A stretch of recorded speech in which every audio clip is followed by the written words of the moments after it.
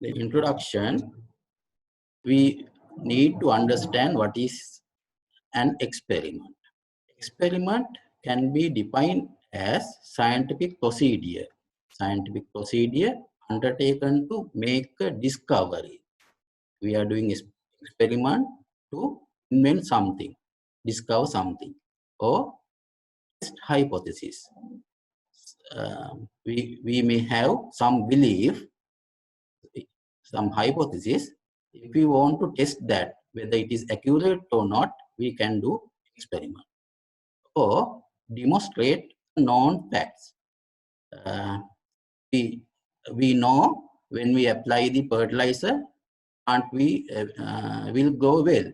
So in order to demonstrate that, we can do experiment. We can plant some variety of plant in a plot and apply fertilizer and see how it is grow.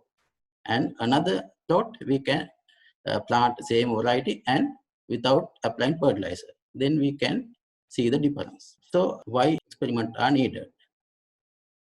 Experiments are needed to answer question.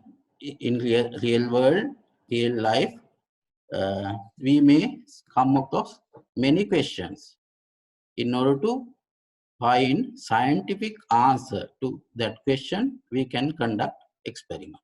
Some possible questions. Nowadays we have corona, COVID-19 disease, and we want to find a drug for this disease. So we can do an experiment, test several drugs, which one is effective. In order to find that answer to that question, problem, we can do experiment. All over the world these days, this experiment are doing. Then another question, which combination of fertilizer provide the best nutrient for growing crop? We have a question, what is the best fertilizer mixture for, assume, paddy, or assume for mung bean? So in order to answer that question, to find the solution, we have to do an experiment. Another example question, do graduates have higher employability? We have a question. In order to find answer to that question, you may have do experiment. So in order to give scientific answer to above question, we need to conduct experiment, or we also called as research. There are some components in experiment.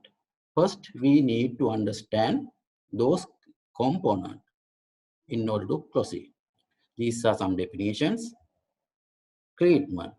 In experiment, we have treatment. Treatment can be defined as a thing, that is a tangible thing, or procedure, that is set of steps. Procedure which is going to be evaluated in the experiment. It can be a tangible thing or set of instruction or teaching method. That will be a procedure which we are going to evaluate in the experiment. That is called as the treatment. For example, crop variety. If we want to evaluate different crop varieties and identify best crop variety, then our treatment will be crop variety, because we are evaluating that crop variety in our experiment. So assuming another example, we are evaluating different diets for cows, assume. So in that experiment, we are evaluating diets. So our experiment treatment is diet. Similarly, fertilizer mixture may be a treatment, or drug may be treatment. Then cultural practices. You are doing several cultural practices for crops, pruning and thinning, like cultural practices. So if we want to find out what is the best cultural practice for given crop, you can do experiment, and in that case those cultural practices will be your treatment. Also, if you are evaluating several temperatures in an experiment, then temperature will be your treatment in that experiment. Then if you are someone evaluating teaching methods, there will be several teaching methods. This is one teaching method, face-to-face teaching and online teaching, or there may be some other teaching method. So if you want to evaluate those teaching method using an experiment, in that case, those teaching method will be treatment.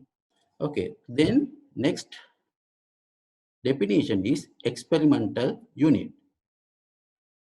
We can define experimental unit as the smallest unit to which a treatment is applied.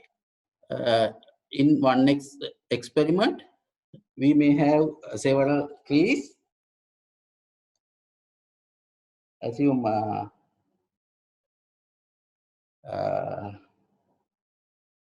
coconut trees. If you are applying fertilizer around these coconut trees, then this tree will be experimental unit. In another example, assume paddy, we cannot apply treatment to individual plant. In that case, we can apply treatment to plot of land. There is one plot, there is another plot, there is another plot, there is another plot. Here we have paddy plants. Here we have paddy plants. So we are applying treatment to this plot. This plot. Here we are applying first treatment. Here we are applying second treatment. Here also we are applying second treatment. Here first treatment. So in this case, our experimental unit will be this plot of land, not paddy plant. So experimental unit is the smallest unit to which a treatment is applied. In another experiment, a patient will be experimental unit. We are giving drugs to individual patients, not group of patients, and getting measurement. In another example, cow example, our experimental unit may be an animal, one cow. And in another experiment, as a poultry experiment, chicken experiment, their experimental unit may be group of animal. There we can group cage some animal, few animals, assume 5 animals into one cage and another 5 animals into another cage, and we can provide feeds to this 5 animals commonly, because it is difficult to provide individual poultry or chicken feed to individual poultry or individual bird. In cow case, it is easier. Another example is a fish tank. If we want to evaluate some treatment for fish, then we can apply that treatment to fish in a particular fish tank. So we are applying our treatment to that fish tank. So our experimental unit is fish tank. Then next definition is dependent variable. You know that one. This is the variable that is changed by change of another variable. For example, yield of crop. Yield of crop depends on some other factors, maybe amount of water, maybe amount of fertilizer, maybe variety, crop variety. So we are measuring yield, and dependent variable is yield. Next one is independent variable. Here we can define independent variable as the variable that is not changed due to change in another variable. Assume in our yield experiment, even yield change, it will not change the amount of fertilizer. It is other way around. Fertilizer affect to change the yield, not yield affecting to change the fertilizer.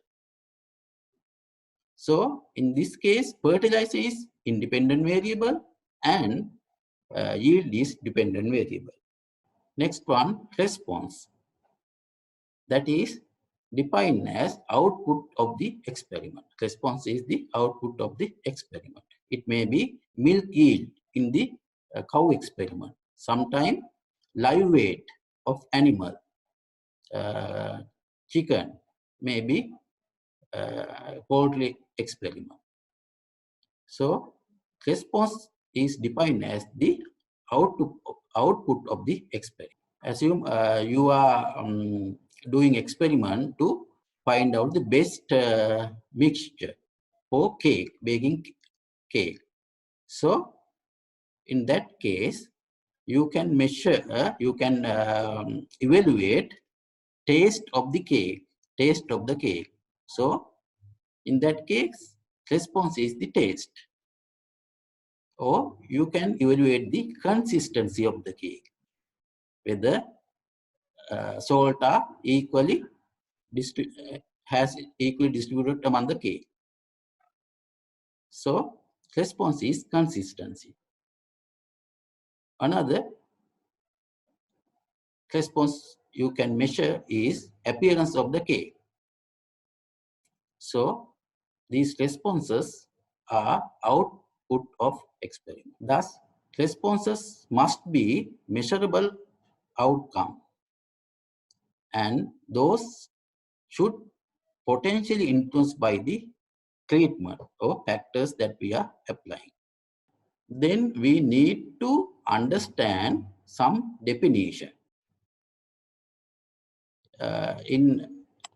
As I told earlier, in the statistic course, most difficult thing is understanding the notation. So you need to understand this notation very well. We are using Y, English letter Y, to denote the response variable, response. And if we are using 5 experimental unit or 5 plots in our experiment, then we will have 5 responses. So we need to denote those responses separately. So output of response of first experimental unit can be denoted as Y1, because Y we use to denote the output or response, and 1 mean that is the response of first experimental unit. Then output of second experimental unit can be denoted as Y2. In general, from any experiment, output of any experimental unit can be defined as Yi. So here I may be 1 in first case, will be 2 in second case, I will be 5 in fifth case. So Yi is general representing of the ith experimental unit outcome. Now you need to remind some statistical term you learn in the basic statistics course. You know these things. Summation is the sum of several observations, denoted by sigma I equal to 1 to n, sigma I equal 1 to n. This sigma means summation or addition. What we are adding, observation ith observation, I vary from 1 to n, 1 to n. We are adding yi. So if we expand this one, we can write it as y1 plus y2 plus likewise. Then average, you know, average is or mean is the sum divided by number of observation. Then variation or sums of square. You need to understand this one, variation or sums of square. This is the sum of square deviation of each observation from the mean value. So first we have to compute the mean value of the observation. Then find out the difference of each observation from that mean value.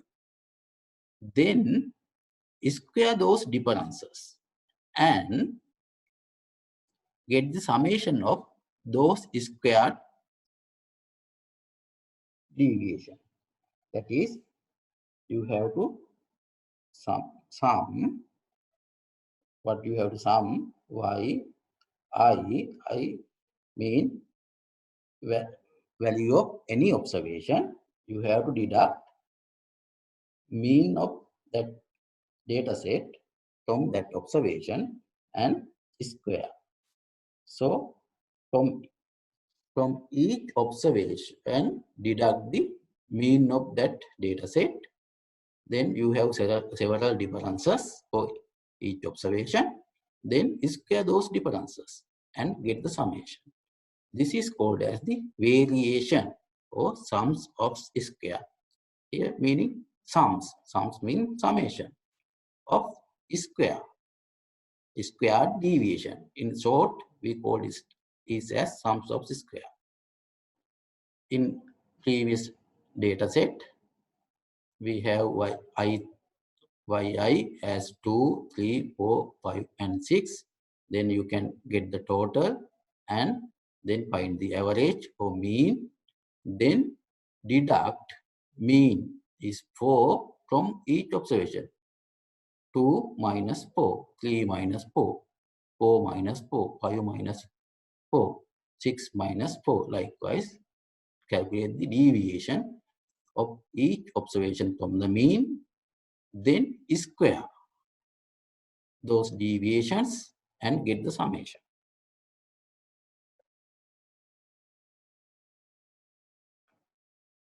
So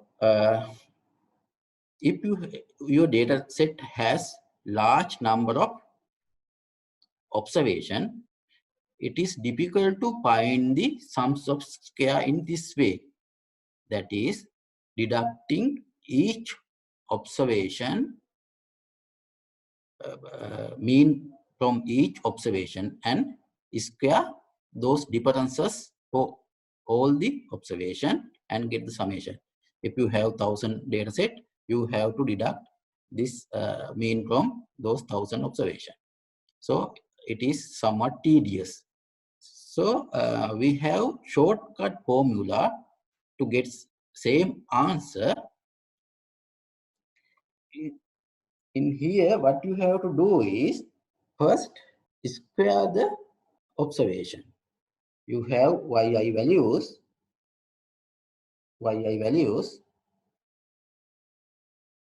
First, you have to square each observation. Then take the total of those observations. Now you have this term here. Then from that deduct this part. Here, this meaning summation of yi mean total of the observation. In this case, it is 20. And square it and divide by number of observation. So, first square each observation and take the total. From that, deduct total of all the observation square divide by number of observation. Here, this part. Then variance. Earlier we learned the variation, now variance. Also called as mean sums of square. Variation we called as sums of square. For variance we called as mean sums of square. Mean sums of square is the variation divided by degrees of freedom. You know, degrees of freedom is total number of observation minus 1. So variation divided by degrees of freedom we called as the mean sums of square. So this part you know already, this part is variation or sums of square that divide by degrees of freedom called as the mean sums of square or variance. It is easy, you can find the mean sums of square of this data set and it will be 2.5. Then experimental error. Experimental error is defined as the variation among treatment units treated in same way. The variation among the experimental unit treated in same way. Assume we are going to do experiment for paddy. We have plot of land and we have cultivated this plot of land with the same paddy variety 1, and another plot, same variety. Here plot is same size. Here, and we have given input to this plot similarly. That is, fertilize these two plots similarly, water these two plots similarly. All possible input we are controlling in these two plots. Assume in that case, can you, after the experiment, we are going to measure the yield of these two plots. If we apply same varieties, if we use same varieties in these two plots and maintain these two plots in same way, can you guarantee that you will get same yield at the end of the experimental period? No, this plot may give 30 kilograms. This may give 30.5 kilograms. Even we use same variety, even though plot is in same size, and even we maintain these two plots same way, yield is different. So this difference we call as the experimental error. So the variation among experimental unit treated in same way we called as the experimental error. This experimental error is due to effect of uncontrolled factors. Even we controlled here known factors, amount of fertilizer, amount of water, pest and disease control, use same variety, prepare land in same way, and use same variety of seed, and all the practice did similarly. But for yield, some unknown factors may effect. We didn't control those factors, so that difference, 500 gram difference may be due to that uncontrolled factors. So this experimental error, that is variation between experimental unit treated in same way, can be due to divided into two types. One we called as the random experimental error, other one as the systematic experimental error. Random experimental error is due to unpredictable variation. Here, we don't know the reason for that variation, and we cannot predict that variation. For example, assume we are studying about two animals who are taken from same litter, same mother. In that animal, genetic composition is same. If we feed those two similarly and give same amount of water and treat similarly using same medicine, even we control every known thing, their growth may be different. So this is due to unknown thing. It cannot be predicted. So we call it as random experimental error. Another example, same culture media gives different number of colonies at same condition. We have prepared same cultural media and inoculate some microorganism, same microorganism to both media and observe. Then even we kept at same condition, their growth may be different. That is due to unknown thing. We cannot predict that. Likewise, we have many examples. The next one is systematic experimental error. Assume in our land, this kind of situation is there. And here in this area, canal is going. In this area, canal is going. Here, water canal is going. And so you know, land area close to water canal will have high availability of water. And land area away from this water canal will have low moisture content.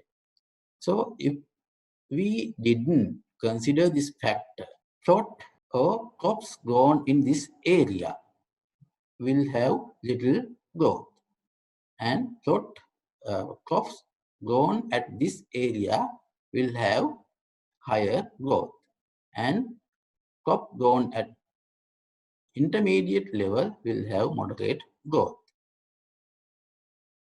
So here yield is systematically increasing from here to here.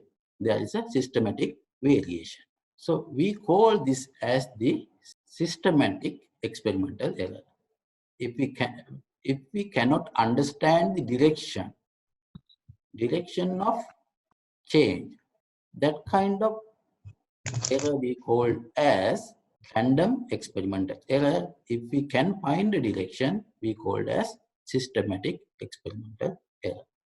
Similarly, sometime in this area, you may have some compost pit.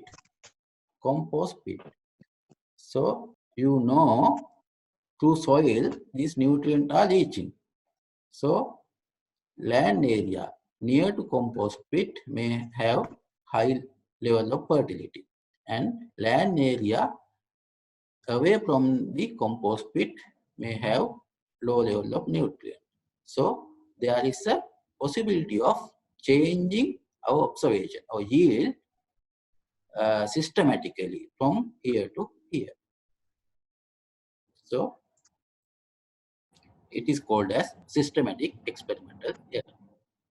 Then we will consider why we need to conduct experiment and why we need to have experimental design. The statistical design or design of experiment is an efficient procedure for planning experiment so that the data obtained can be analyzed to yield valid and objective conclusion. Here, in previous case, if we did not design our experiment in proper way, you can see if we did not consider this moisture effect, then if we apply same treatment in this area, assume T3 and T4, T3 and T4 will have advantage of this moisture, and here T1 and T2 will have disadvantage. So even these T1 and T2 treatments are better due to our poor designing. Poor designing of the experiment, we cannot capture that effect of treatment 1 and 2, and we will incorrectly declare treatment 3 and 4 are better. So in order to avoid that misleading information, extracting misleading information from the research or experiment, we should have experimental design. So when we design an experiment, we need to follow some principles. Those principles we called as principles of experimental design. Every researcher, every experiment should follow these principles in order to draw valid conclusion, valid objective conclusion. Okay, then we will learn or we will see what are those principles. There are three basic principles. First principle is replication. Second principle is randomization. Third principle is local control of error, or we also called as blocking. So when you design a new experiment, you have to follow these principles. What is that? Replication, randomization, and local control of error. Now we will see what is the replication. Replication is applying treatment to more than one experimental unit. In experiment, we cannot apply one treatment to one experimental unit and another treatment to another experimental unit. Assume here yield is 10, here yield is 20. So you cannot draw conclusion as treatment 2, T2 is better than T1. In order to draw valid conclusion, you should replicate this treatment. You should apply this same treatment, T1 to another experimental unit and T2 also to another experimental unit. So applying same treatment to more than one experimental unit we called as replication. Replication is important to estimate the experimental error. That means if here we apply T1, yield is 20, and if we apply this plot with same treatment T1, we cannot expect same yield from this one. It might be difference. Assume 15. So when you use different treatment, another treatment here T2, if their yield is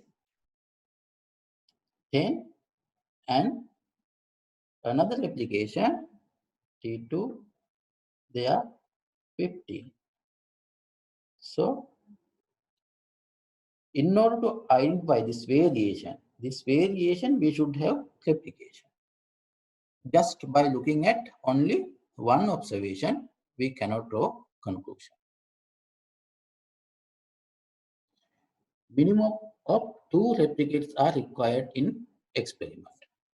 We have to use at least 2 replication.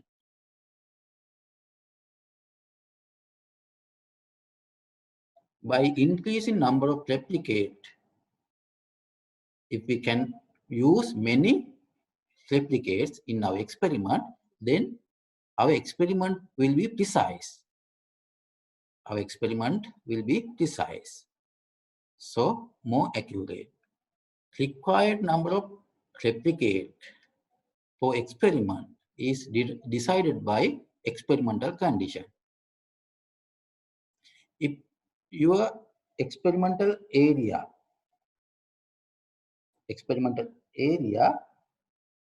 is similar with respect to all the aspects, nutrient level, fertilizer, moisture content, and any other aspect that affect to crop growth. If you can find such a piece of land for your experiment, we call that land as the homogeneous land, homogeneous. If you have homogeneous land, if you can select homogeneous area, then you can use less number of replication and draw valid conclusion. But if your land is heterogeneous, here some patches of moisture, here nutrient patches, here some shade, likewise heterogeneous, land is heterogeneous. Then you have to use more replication. And also, then one factor decide the number of replicate is condition of the land, that is homogeneous or heterogeneous. Other one is number of treatment. If you are evaluating large number of treatment, then you can have less number of replicate.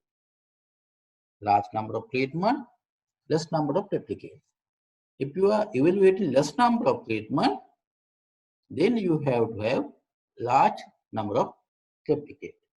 If T high, R can be less. If T less, you have to use high number of R. If you need more accurate finding, that is, if you need highly precise information, you need to have many replicates. Assume when we evaluate a drug for human, we should have high accuracy, because if our finding is wrong, it will be affect to the life of human. So medical research should have high accuracy. So we have to have high number of replication in order to ensure the accuracy, high precision. Our case, agriculture, we don't need much accuracy because our finding will not affect as medicine experiment. In our case, our crop may fail or animal may die. It is not much serious than dying a human person. Then second principle is randomization. Here, first principle is replication. Second principle is randomization. Randomization means we have to assign our treatment to experimental unit randomly. We cannot assign our treatment to experimental unit as we want. Randomly we have to assign our treatment to experimental unit. because then we can estimate our experimental error unbiased way. If, assume this is our plot of land which we going to use for our experiment. There is water canal, and assume these are our plots.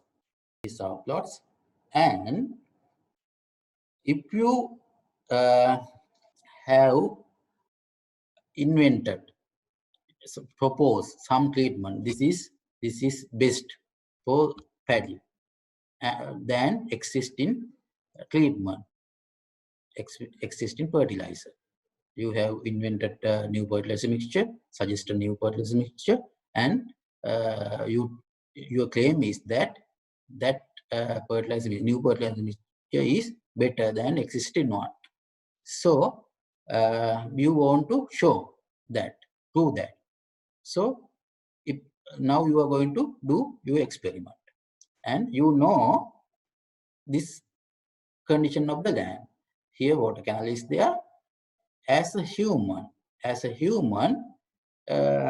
you are tend to apply your treatment, new fertilizer to these plots because this is yours. You want to show that your one is best. So you know these lands are better, this area, these plots are better, and you will apply your fertilizer to these plots and old one here, and will show your one is better than the existing one. But according to the experimental principle, you cannot do that. You are not allowed to do that. These treatment should applied in random way, not as you want, but using experimental principle. When in random allocation, sometime this plot may apply old fertilizer. This may with new one. This may with old one. This may with new one. This also with new one. This with old. Likewise, we can not give favoration in treatment application. So in that case, if you use the randomization principle, our estimate will be unbiased. Randomization. This randomization can be done in 3 ways. First one, using random number table. Growing chit out of hat. Third one, using a computer software. There are 3 ways we can use randomization. That is using random number table. The next, growing chit out of hat. Next, using a computer software.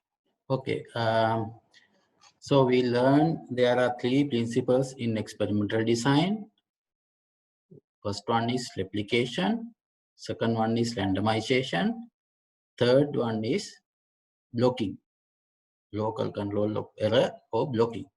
Randomization means we have to randomly assign treatment to experimental unit, not as we want. We can use 3 methods in this randomization. That is using random number table. There are some tables. In those tables, numbers are listed in random order. Second one is we can write cheats, required number of cheats, and put it into container and grow cheats from this container and assign treatment to that plots. I will demonstrate it then using a computer software. So now we will see how to assign treatment to experimental unit using random number table. This is a random number table. Here, here numbers are listed in random order. First, what you have to do is you have to select the experimental area or experimental material. If you are going to do animal experiment, you have to select, assume cow, you have to select cows for experiment. If you are going to do field trial, then you have to select appropriate field. Assume we are going to do our experiment in field, then select appropriate area. Select appropriate area for the experiment. Then here, assume you are going to use two treatment, T1 and T2. And you are going to replicate each treatment 3 times. That means you are going to assign treatment 1 to 3 plots and treatment 2 to 3 plots here. So first you have to prepare these plots. So altogether you need 6 plots because you have to replicate this 3 times, this 3 times. So here we call R, replication is 3. R is 3. T, number of treatment is 2 here. 1 here. This is 1. This is 2. Number of treatment is 2. Number of replicate is 3. So you need all together T into R number of replicates. That is 6 here. 2 into 2 into 3. 6 experimental unit you need. So you can divide this experimental area into 6. And then you have to number. You have to number these experimental unit. If those are animal, you have to number those animals. This is first experiment plot. This is second plot. This is third one. This is fourth one. This is fifth one. This is sixth one. To number. Then we have to refer to random number table. Select the required number of random numbers, that is T into R random numbers. So here we need to select 6 random numbers. T is 2, R is 3. T 2 into 3 is 6. 6 random numbers from random number table starting from a random point of a table. Here you have to start first, select first point randomly and then select subsequent numbers, following numbers starting from that point. This is random number table.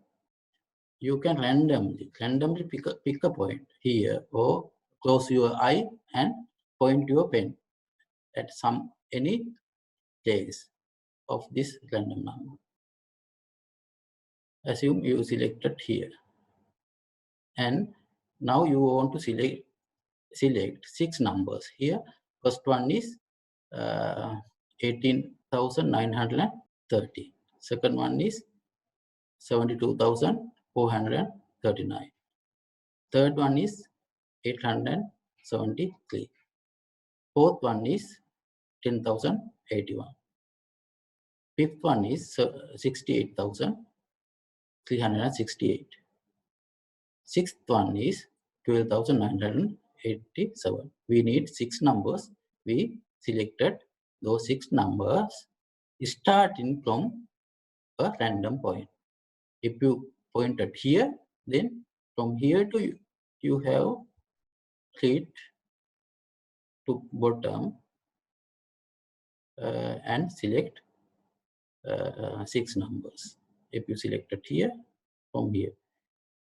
Likewise, assume you pointed in this place, then you don't have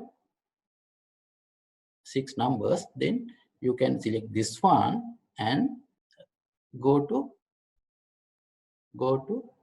top of the next column, and then number will be this one, likewise. Select required number. Now you have selected 6 numbers. Then what you have to do is you have to rank those selected numbers. Now you have selected 6 random numbers. Now rank those random numbers according to their magnitude, starting from lowest number, starting from highest number. Then assign first treatment to experimental unit with rank received for firstly selected R random numbers. R means 3 here. We assign first treatment to firstly selected 3 random numbers who receive the rank of those plots. I will explain, demonstrate that part. And next are next treatment to next R numbers of plots which receive next rank. For example, assume we need to test 2 treatment in an experiment with 3 replicates. Thus, we have to select 6 random numbers. Here, these are the selected random numbers. Now, you have to rank. You have to rank this random number. I have ranked those numbers starting from lowest one. Here, this is the rank 1. This is the rank 2. This is the rank 3. This is the rank 4. This is the rank 5.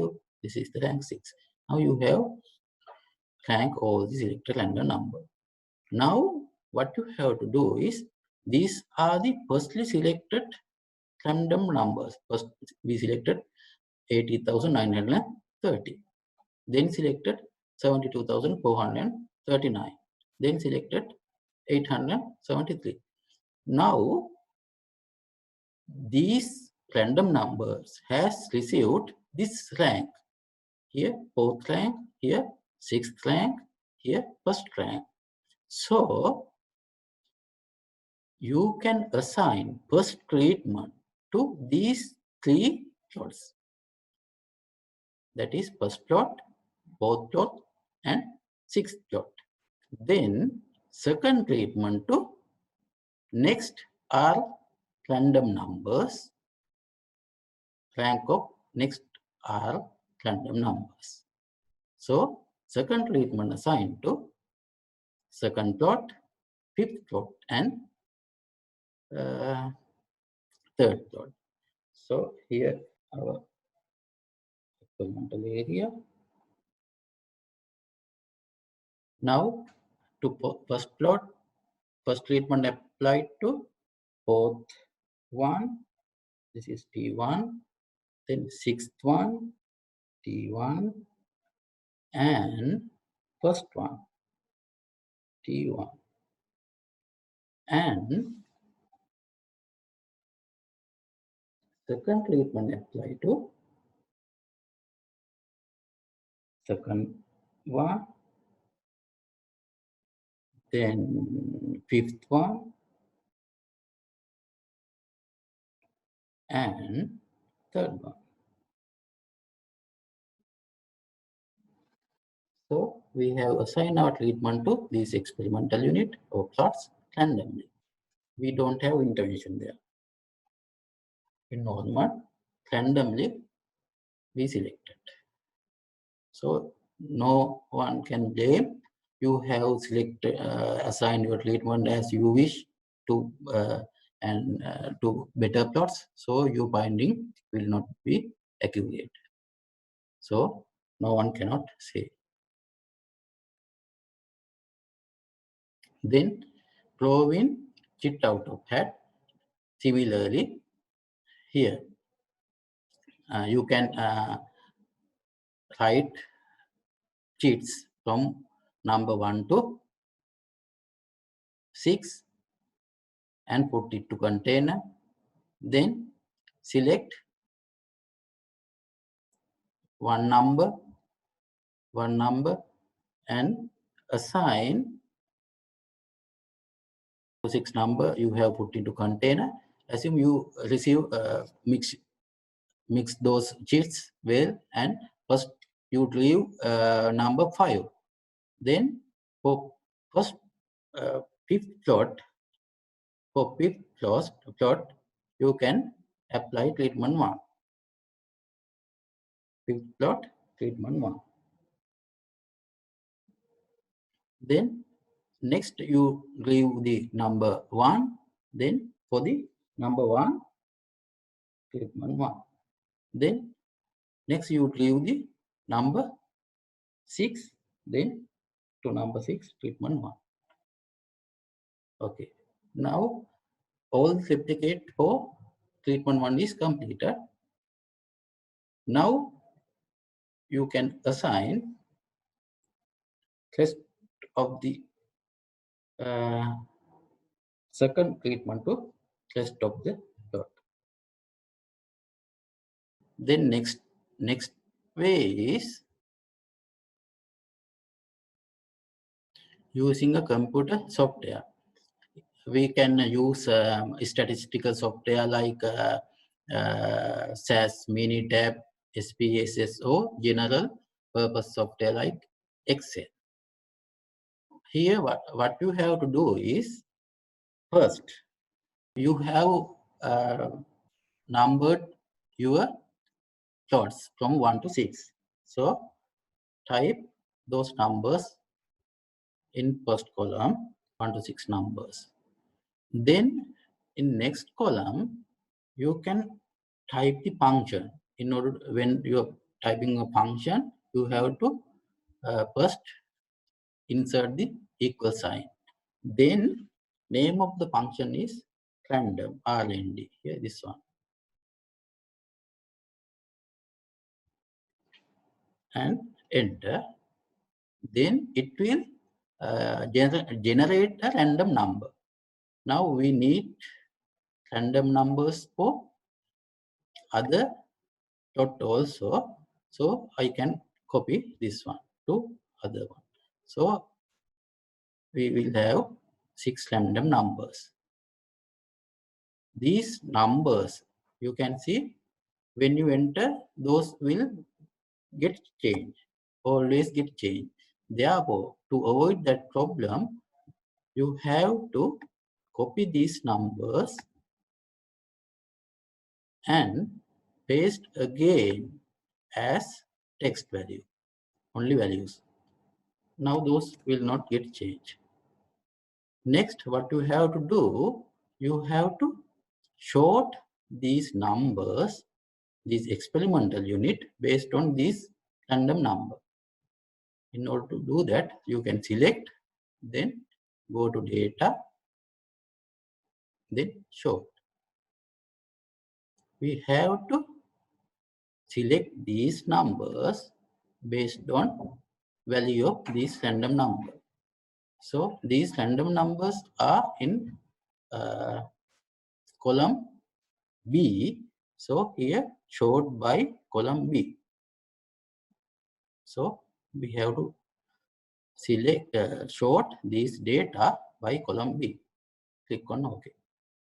Then those will be sorted. You can see these are sorted.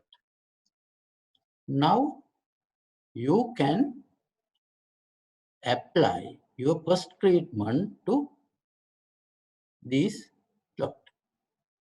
That is plot number 2 receive first treatment, plot number 6 receive first treatment, plot number 3 receive first treatment, and plot number 5 receive second treatment, plot number 4 receive second treatment, plot number 1 receive second treatment.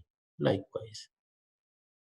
So it is very easy. If you have 5 treatments and 4 replicates, then you have to select 20. 20, type 20 numbers here, 1 to 20, then generate 20 random numbers, then sort that column using this random number. Then since there our replicate number is 4, assign first treatment to first 4 plots, second treatment to second 4 plots, third treatment to third 4 plot. Likewise. The next principle is local control of error or blocking. So first principle, replication. Second principle, randomization. Third principle is blocking or local control of error.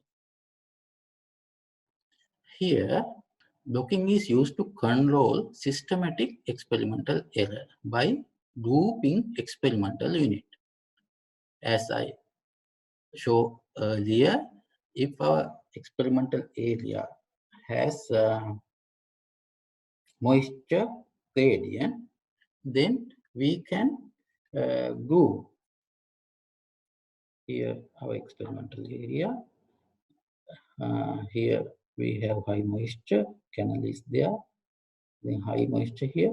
Now we can divide our experimental area. These are the high moisture plot. Then these are the low moisture plot.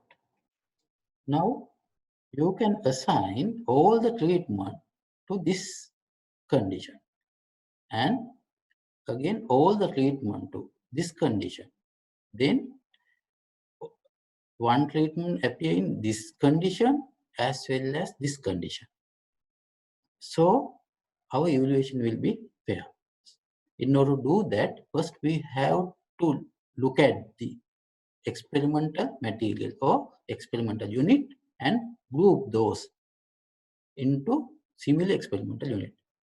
Assume in your cow experiment, if you have a mix of cow in your farm, then assume there are cows in 3 breeds. Then you can group those cows in breeds: Friesian cows, Ayrshire cows, Jersey cows. Likewise, you can group.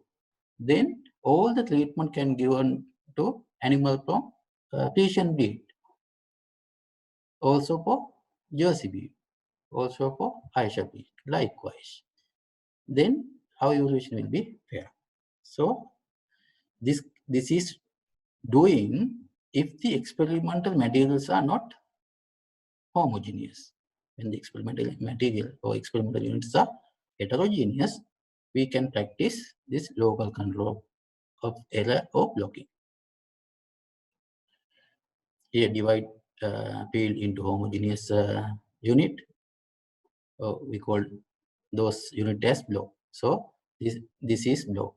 This is one block. This is another block, and accommodate all treatment within a block. So within this block, we can accommodate all the treatment T1, T2, and T3. Here also we can accommodate all treatment T1, T2, and T3. Then all treatment will receive same condition, and our estimate will not be biased. Here the blocking, when you divided this experimental material into groups and evaluate help to reduce the experimental error. It helped to reduce the experimental error. So this is the primary objective of the blocking to reduce the experimental error. I will explain it more detail when we discuss the experimental design.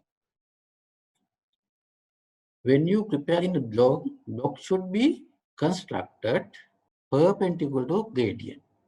Here you have water source here. Now moisture gradient is in this direction. Here you have high moisture, here you have low moisture. So we have prepared our block perpendicular to gradient. Gradient is in this way. We have to prepare against the gradient. If we prepare this plot parallel to gradient, other way we will not be able to achieve our objective.